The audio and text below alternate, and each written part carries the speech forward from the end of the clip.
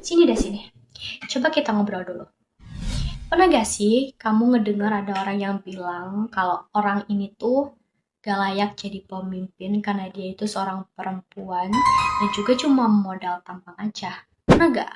Pasti pernah kan? Kamu tau gak sih kalau stigma ini sering banget menempel pada perempuan? Seolah perempuan itu harus memilih antara ingin dicap cantik, pintar, atau malah dianggap menyusahkan bagi timnya.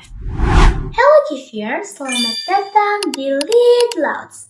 Lead it, speak it, and work for it. Nah, yuk kita bedah dulu dari dua kata beauty and brain, not beauty and the beast. Sekarang masih nilai orang dari penampilannya. Hidup di zaman mana? Kecerdasan dan penampilan itu bukan hal yang saling meniadakan.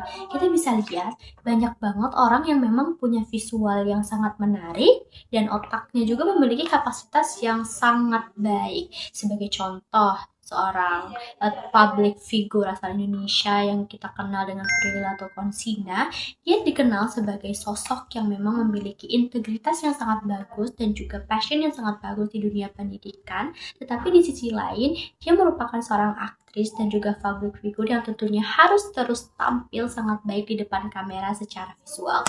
Ya selamanya orang yang pintar itu tidak menarik secara visual dan monoton. Dan begitu pun sebaliknya, orang yang memang dianggap menarik secara visual itu tidak selamanya memiliki kapasitas otak yang rendah. Di zaman sekarang, pemikiran-pemikiran kayak gitu tuh udah enggak relevan. Bruh, it's 2026. Please open-minded. Topik. Kadang nih, ketika seorang perempuan menjadi pemimpin, ada aja yang bilang kayak, ih terlalu repot gitu, terlalu rempong atau terlalu baperan dan sensitif. Sedangkan kalau misalkan pemimpin laki-laki yang begitu, pasti ada aja yang bilang, wah dia sangat profesional, tegas, cocok jadi pemimpin. Dan ya, itulah realitanya. Standar ganda di dunia pekerjaan maupun organisasi bagi perempuan itu selalu ada. Jadi yang harus diganti itu bukan gender pemimpinnya, tapi apa? Ini pola pikirnya. Tidak selamanya pekerjaan yang dipimpin oleh perempuan itu tidak berjalan baik. Karena segala sesuatu itu tergantung pada orangnya, bukan gendernya.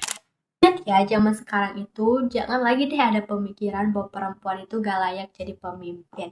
Buktinya banyak kok pemimpin dari kalangan perempuan, seperti yang kita tahu ada Ibu Megawati yang pernah menjadi Presiden Indonesia, terus Ibu Puan Maharani yang menjadi pimpinan DPR, dan juga sekarang yang lagi viral Ibu Sherly Juanda yang menjadi Gubernur Maluku Utara.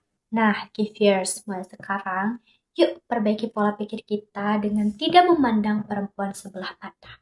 Dan juga mulai sekarang kita harus melihat seorang pemimpin dari kapasitas diri dan kinerjanya, bukan gendernya. Misalkan nih di antara kalian nih, ada yang masih kekeh sama pola pikir kalau perempuan itu gak layak jadi pemimpin, bisa lihat itu apa? Betul, pintu. Silahkan kalian pergi melalui pintu ini ke zaman jahiliyah. Even di zaman jahiliyah atau di zaman Nabi Sulaiman ada kok pemimpin perempuan yang kita tahu sebagai Ratu Bilqis. Dia benar-benar memimpin kerajaan yang sangat besar dan dikenal sebagai pemimpin yang bijaksana. Tapi kenapa nih di 2026 ini masih ada aja orang yang punya pemikiran kuno gitu? Please deh guys, please.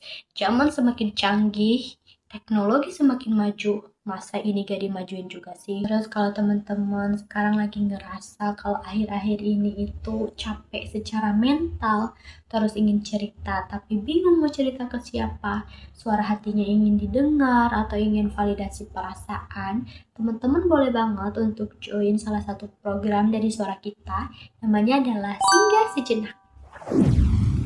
Di Singgah Sejenak ini kalian boleh banget untuk validasi perasaan kalian, karena kita tahu akhir-akhir ini semua orang tuh pasti capek, apalagi secara mental. Jadi di Singgah Sejenak ini kalian bisa berbagi apapun tanpa sekat dan tentunya tanpa takut dijudge. Nice.